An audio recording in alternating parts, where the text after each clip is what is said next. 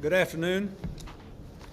Let me say again that it is a very great pleasure for me to welcome Prime Minister Chretien to the White House. It's an especially important day in his life because this is the 34th anniversary of Jean Chretien's first election to the Canadian Parliament. In the years since, he has held virtually every high office in the Canadian government. He has traveled to Washington on countless missions, but this is his first official visit as Prime Minister, and I'm delighted that he's here. It's fair to say that there has never been a relationship between two nations like the one that exists today between the United States and Canada. We have the most comprehensive ties of any two nations on earth. Every day our governments work together to improve the lives of our people in ways no one could have imagined just a few years ago. We trade goods and services on an unprecedented scale and share ties of friendship that are unique. We've worked hard today and made progress on important issues. We discussed our common efforts to create an open and more competitive trading system throughout our hemisphere. The benefits of this effort will be tremendous. Since NAFTA took effect, trade between our nations has grown by more than 40%, a remarkable achievement for what was already the world's preeminent trade partnership. United States exports to Canada have grown over $133 million and now support more than 1.5 million jobs in our nation. As partners in the Summit of the Americas process, our efforts to expand trade in our hemisphere not only increase prosperity, they also reinforce democratic values, which have made such extraordinary progress in the Americas in our time. Today, we've made concrete progress on key issues involving our two nations.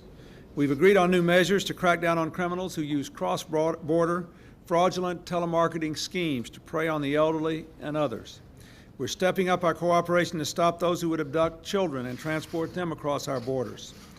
We agreed to modernize our border crossings so that by the year 2000, 22 pairs of towns will be equipped with remote video systems and new technologies to give them 24-hour service, and residents won't have to drive hours out of their way to the next border crossing. We're streamlining import and export processing, cutting freight costs, reducing truck backups. We're working together to protect, clean, and manage the natural heritage we share. 25 years ago, our nation signed the Great Lakes Water Quality Agreement, which has helped to revive the ecosystem of the Great Lakes Basin. Yesterday, Minister Markey and EPA Administrator Browner signed an agreement to work for the virtual elimination of toxic pollutants in the Great Lakes. This unprecedented environmental effort will involve the public and private sectors at all levels. There are some other areas like Pacific salmon fisheries where further progress is needed, but we're working on it. Beyond our borders, we discussed the preparations for the July NATO summit in Madrid, where the Atlantic Alliance will take a major step toward creating security for the 21st century. I also want to salute the Prime Minister for his government's determination to support peace in Bosnia and Central Africa and other troubled places of the globe, and especially for his nation's steadfast engagement in Haiti. Canada's efforts to help democracy put down strong roots in Haiti will long be remembered as a hallmark of the commitment to principle of the Canadian people. Our work together spans the globe. It reaches into the heavens. I'm pleased that the Prime Minister has brought with him today a model of the remarkable 11-foot Canada hand that will be used to build the International Space Station. I have personally seen it in its full size, Mr. Prime Minister, and it is a dramatic and important contribution. This instrument will perform delicate assembly work essential for the space station's construction. And I thank you and your cabinet for voting last month to fund this important project. Soon, Canada and the United States will be joined at the elbow in space, and that is a perfect symbol of the cooperation between our nations. Here on Earth, this cooperation has been a beacon of hope for countries on every continent. Today, we've made that light brighter by reaffirming the ties between our nations and carrying forward our work together. Mr. Prime Minister, I thank you, your government, and all of Canada for your dedication to this extraordinary partnership. Thank you, Mr. President. As I said earlier, I'm delighted to be in Washington, and I'm very satisfied with and pleased with the discussions we had this morning. They were very frank, friendly, and very productive. We are neighbors who work together, and I think we're working quite well. The President and I discussed our partnership in the economy, the environment, fisheries, in managing our border, in space, and in promoting world peace. As you all know, our economies are performing very well, and that means more jobs and growth. Our trading relationship is the largest in the world. It's a real success story, and it is an example to the world. As you said, our trade has increased since 1993 by more than 40%, and most of our trade is problem-free. And when we have problems, we sit down and we work them out. Yesterday, we announced a series of environmental agreements. We want to ensure that our citizens breathe clean air and drink clean water. Today, we are announcing new ways to improve our shared border, all that based on the agreement we signed 2 years ago on open sky. But what is very important is our cooperation on peace and security. I'm happy with the partnership we have had in Haiti and in Bosnia. We are in agreement on NATO enlargement.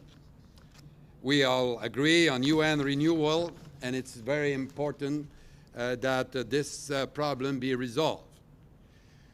Once again, our cooperation is extending beyond the globe itself, with the new Canada hand, the next generation of Canadarm. This gave a new meaning, Mr. President, to the term hands across the border.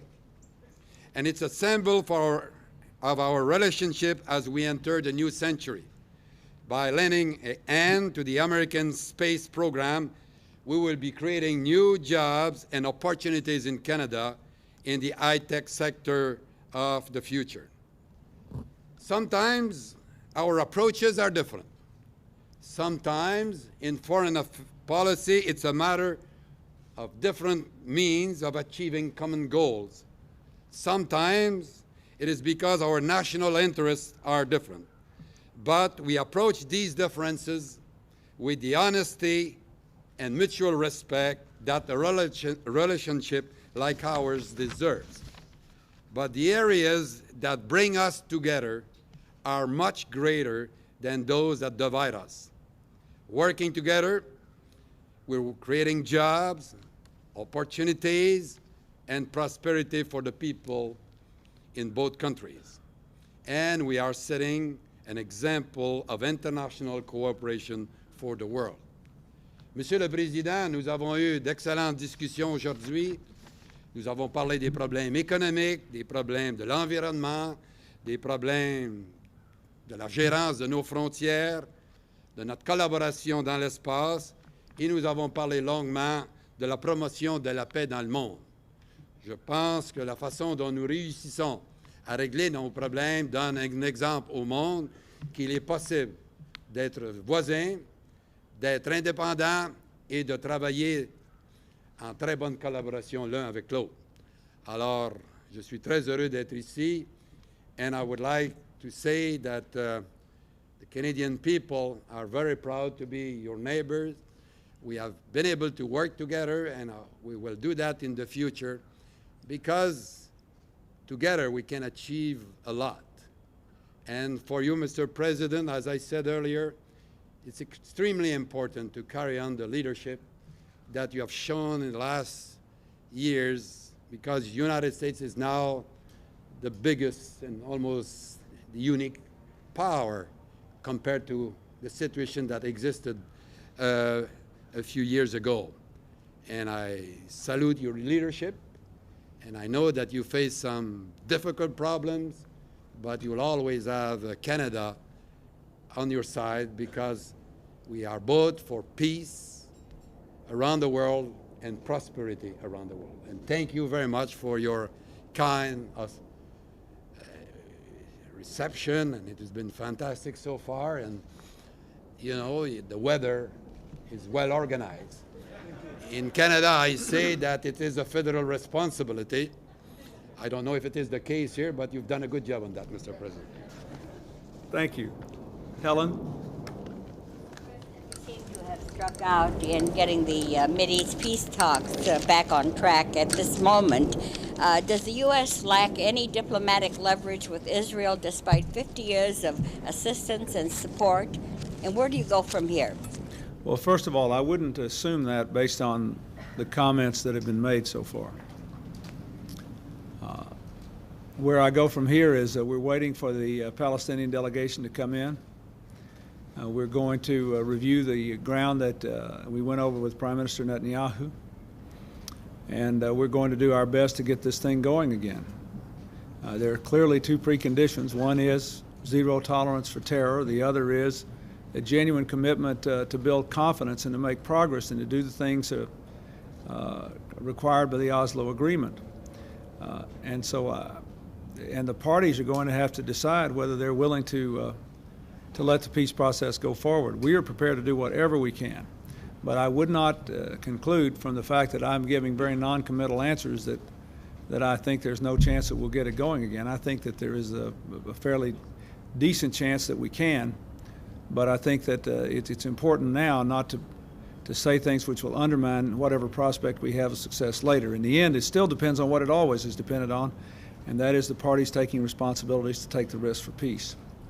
Monsieur le Premier ministre, les bons mots que vous avez eus l'un pour l'autre aujourd'hui, la visite impromptue que vous avez effectuée à la Maison-Blanche hier soir, sont-ils la preuve que votre relation chaleureuse et amicale avec le président Bill Clinton est tout à fait comparable, sinon plus, à ce qu'avait fait auparavant votre prédécesseur Brian Mulroney avec les présidents Ronald Reagan et George Bush? Mr. Prime Minister, the nice words you had with President Clinton, plus what you said last night at the White House, would they reassure us in thinking that your relationship with President Clinton is as good or even better than that of your predecessor, Brian Mulroney, had with President Reagan and Bush? En français, Monsieur le Premier ministre? Oh, ben, nous avons de très bonnes relations, mais comme j'ai déjà dit, l'amitié, c'est l'amitié, et les affaires, ce sont les affaires. Et je n'ai pas à faire de comparaison entre l'amitié et le genre de relation qui existait entre les autres présidents et mon prédécesseur. Perhaps I should translate. There will be an interest in English, I guess. Yes, we are good friends. You know, the President and I, we are politicians since a few years, and we can share a lot of debate together and spent a good time together last night talking about the problem of the world and a bit about the political problems that we all face on a daily basis. He gave me advice, I gave him advice, and it's free, so no problem. But it's a good relation, but he knows that we will disagree. And I know that he will disagree with me. But we have shown that it is possible to tackle a problem at a time. And today we realize that the number of problems that exist between United States and Canada today are very small, very few. And we explain each other, but sometimes our national interests are not the same. But I have to tell you that he's a good guy, and I enjoyed to be with him. Let me say, the biggest threat to our friendship is this injury of mine, because it has precluded our indulging our mutual passion for golf. I don't think that, I don't know if any two world leaders have played golf together more than we have, but we meant to break a record, and I've had to take a 6-month respite, but I'll be back in the arena before long. Anybody else? Mr. Hunt? Are you asking Canada to extradite the Saudi man who is being held in Ottawa and is suspected of being involved in the bombing of the U.S. barracks in Saudi Arabia? And is the Prime Minister agreeable to doing that? Let me say, we have discussed this. It's being handled in accordance with Canadian law, but I believe the FBI put out a statement about it today, and we are fully satisfied with our cooperation with Canada at this point, and I think we have to let the Canadian legal process play itself out. Of Canadian unity during the last Quebec referendum campaign. Can the Prime Minister count on your support again, given the fact that in all likelihood there'll be another Quebec referendum in your second term? Well, the United States is not just my position. We have long felt that our relationship with a united Canada was a good thing, and that people of different cultures and backgrounds live together in peace and harmony, and with still some decent respect for their differences in both our two countries. And I haven't changed my view about that, and I haven't changed my relationship with the Prime Minister. So I don't know what else to tell you. My feelings have not changed. Mr. Bloom, maybe we ought to let you, you're new here, maybe we ought to let you get a question here. Welcome. Thank you, Mr. President. Mr. President, today a California federal appeals court upheld Proposition 209. If the state proceeds with dismantling affirmative action programs, will that help or hinder efforts to ease racial tensions in America? Well, I believe if states are precluded from trying to take appropriate steps that are not quotas and that do not give unqualified people a chance to participate in whatever it is, the economic or educational life, but do recognize the disadvantages people have experienced, I think that will be a mistake. And I think, we'll all have to regroup and find new ways to achieve the same objective. I think, as you know, my position on affirmative action is that a lot of the things that we had been doing should be changed. I've worked hard to do that at the national level. But my formulation of mend it, don't end it, I still think is the best thing for America. And so, and that's what I said in California during the election. The people disagreed with me, but I think that we will see that, for example, universities are better, more vital places if they are racially and ethnically diverse. I believe that. And I think that it ought to be a legitimate thing for any university to be able to seek an appropriate amount of diversity among people who are otherwise qualified to be there. Monsieur Chrétien, y a-t-il été... Mr. President, on the Helms-Burton issue, Canada has insisted that its policy of engaging Fidel Castro is more effective than your policy of isolating the dictator. Have you seen any evidence that Canada's policy is paying off when it comes to human rights and jailed prisoners? No, but neither one of us has succeeded yet. I mean, the evidence doesn't, since there hasn't been appreciable change in the Cuban regime, neither of our policies can claim success. But, this is an area where I think we have an honest political disagreement. The Prime Minister characterized it earlier. We have the same objective. We differ about how to pursue it. And since neither one of us has succeeded, we really can't know. Yes. A number of experts at Harvard and elsewhere in the world say that the risk is increasing every day of nuclear leakage or nuclear smuggling out of Russia, which conceivably could lead to a nuclear terrorist attack somewhere in North America. In view of that mounting risk, wouldn't it be better to postpone NATO enlargement for a couple of years, continue with a partnership for peace, and make sure that denuclearization has taken full root in Russia with START 2 and START 3? I don't think that you can link the two. I think that the expansion of NATO is something that is on the table since a long time, because when those countries decided to become democracy and market-oriented, we told them that we were to accept them in NATO. And we have to deliver on the word we gave to them. And I compliment the President for the work he has done on that. He approached Mr. Yeltsin in a very practical way, in a very firm way, but in an understanding way. And we're very hopeful that NATO will be expanded this summer. I'd also like to comment on that, because I believe that Russia has a big interest in preserving the security of its nuclear stockpiles. And they have worked with us in good faith hard now for years to try to dismantle the nuclear arsenals. One of the important agreements we made here to try to get the START 3 agreement in force was also to make sure that we were actually destroying the weapons as well as dismantling them. And we have been working since I've been here very hard in a mutual and cooperative way with the Russians to ensure the security of those nuclear materials. Yes, as long as they're in existence, I suppose there's some risk that someone will try to pilfer them. We've had instances of that before in the last few years. But if we work at it and we work together with them, I think we're likely to succeed. But I do not believe that the Russians have any greater desire than we do to see any of this material stolen or put into the hands of the wrong people. I think they have a deep vested interest in it. Madame. Monsieur Chrétien, dans vos entretiens d'hier et d'aujourd'hui, avez-vous soulevé la question de l'unité nationale avec Monsieur Clinton? A-t-il posé des questions à ce chapitre et quelles observations avez-vous fait valoir sur le sujet?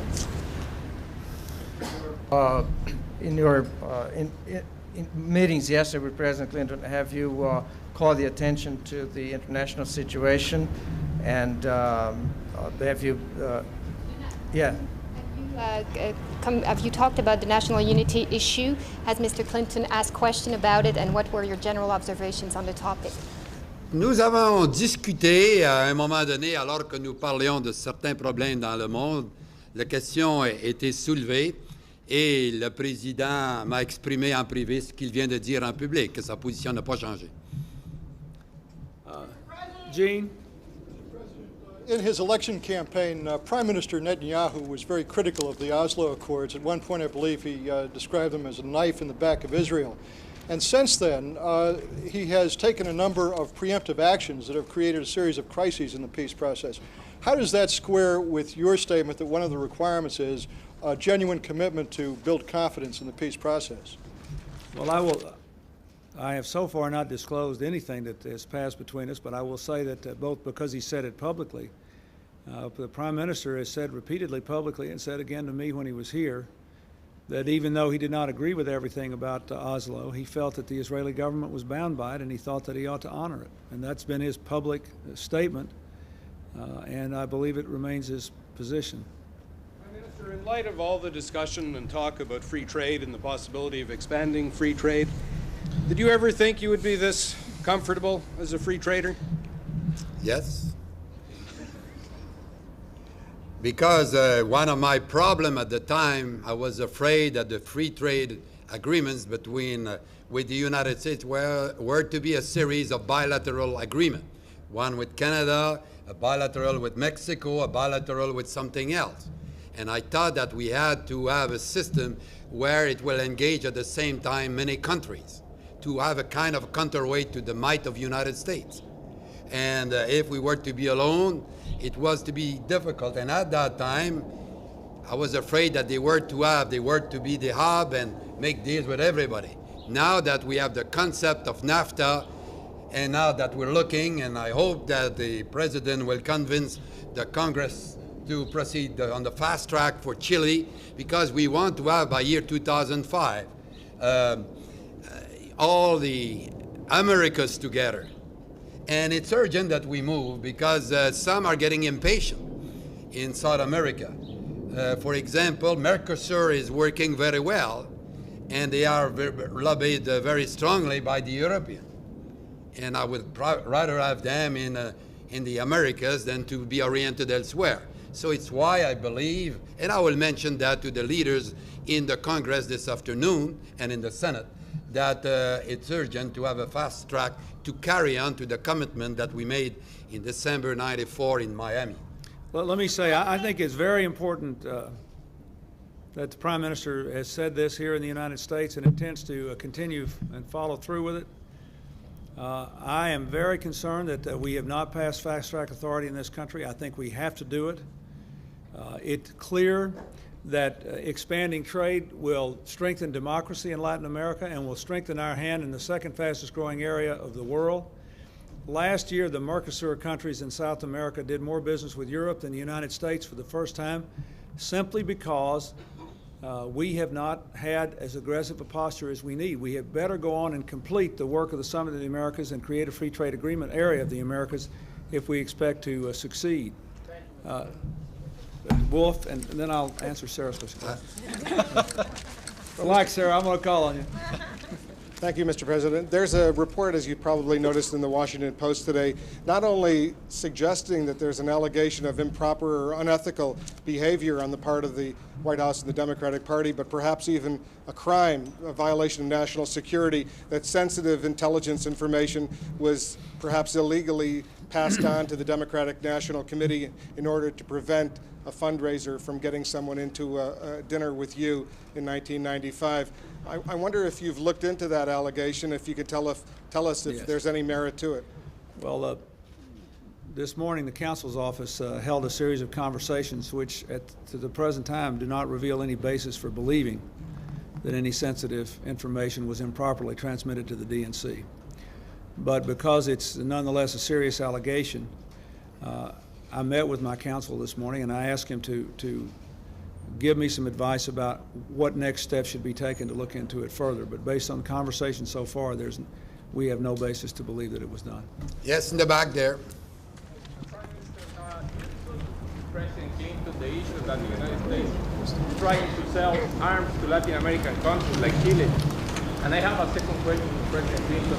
What is the response to the critics of Mexico and other Latin American countries about the change in the immigration law in the United States? Is it to you or to me? They want to know, I think you want to know if he objects to the sale of any arms to Chile by the United States. You know, I don't know what kind of harm you're talking about. You know, this is a problem with every government has an army and they have to have equipment. We buy equipment for our army too. So I don't know if there is some materials that should not be sold. I have no problem. No problem have been mentioned to me in that possibility of United States selling arms to Chile. Let me just respond to both those questions. First of all, the United States policy is to reduce tensions between our Latin American allies. We work very hard, for example, on the border dispute between Peru and Ecuador, and even sent our soldiers there to help to resolve the matter in a way that was mutually agreeable to both parties. And we have made no final decision about what to do with regard to arms sales to any country. But all the militaries there have to continue to modernize their forces. So the question is, you want to help the modernization process in a way that will not spark an arms race. That's how the line has to be drawn. With regard to the immigration law, the immigration law, I think the fears of the most extreme consequences have been exaggerated, but the law is tougher on illegal immigration and tries to speed up the process by which people who come to this country illegally leave. We have very high immigration quotas. We take a lot of immigrants in every year.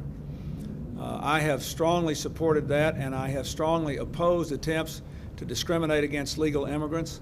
But for all the people who wait their turn and come into this country legally, I think that they too are entitled to an immigration system that has as much integrity as possible, which means we should be fair and generous to our legal immigrants and treat them in a fair way, but we should not countenance illegal immigration, and we should reduce it however we can within the limits of our law and Constitution. John?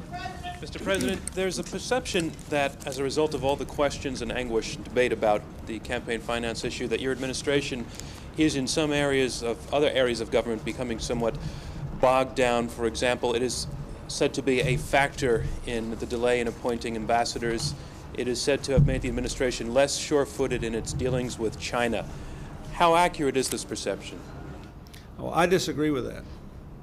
You know, I can't comment on what others are concentrating on or doing, but, you know, what I'm working on is how to balance the budget, how to get my education program through and get the national standards movement going all the way to success, how to complete the business of welfare reform.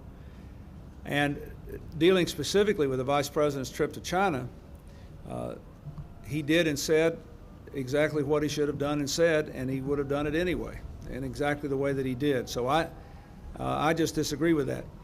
With regard to the appointments process generally is always more political when you have the president of one party and the Senate of another. I don't think there's any question about that. But we're working very hard. I spent a lot of time on the ambassadors in the last 10 days, and on both career and the non-career ambassadorial posts, and with the Secretary of State, the National Security Advisor, and the Vice President. We've signed off on a large number, and we're trying to finish the process so we can send a great big group to the Senate, and they can all be considered at one time. So the work of this White House is going right on, and will continue to go right on. M. Chrétien, est-ce que vous avez discuté avec M. Clinton du processus de paix au Proche-Orient? Est-ce que vous avez une position sur la construction de logements israéliens à Bar Homa? Mr. Prime Minister, have you and President Clinton talked about the situation, the peace process in the Middle East, and did you discuss about your position about the new settlements by Israel? Sur le Moyen-Orient, nous en avons discuté et puis je suis d'accord avec le président que le problème doit être une collaboration entre les Palestiniens et Israël. Et nous croyons que la construction de nouveaux villages dans des endroits qui ne respectent pas les accords antérieurs, ce sont des gestes que nous ne pouvons pas appuyer parce que ça éloigne la possibilité d'avoir la paix. We have discussed, yes, the Middle East problem with the President. I agree with the President that only cooperation between Israelis and the Palestinians will permit a solution to the problem. We consider that building new settlements in places that were not contemplated by pre-existing agreements cannot be supported because there will be a difficulty to achieve peace. Sarah? Sarah, what were you going to ask? This is a question for both of you. The records show that there are far more drugs coming over the border from Canada into the United States now than ever before. And you guys look into that, can you do something about it, both of you? It's more trade. More drugs from Canada to the United States. More drugs, she said. Oh, drugs. More drugs coming across. I heard trucks. I'm sorry. I'm glad we clarified that. Otherwise, he'd have to delay calling the election. But we discussed the problem, and we have a good collaboration between the two groups who enforce the laws in Canada and in the United States. And of course, we're preoccupied by the level of drug trafficking in North America, and we are working as close as possible with the administration to control this problem because, of course, it's very devastating socially in both our countries. One of the important things we did as a part of this meeting was to take steps to deepen our law enforcement cooperation generally. This is a difficult problem, but the only answer is to more closely cooperate, do the best we can, make the best use we can of our officials and our technology. Thank you all very much. Merci. Thank you.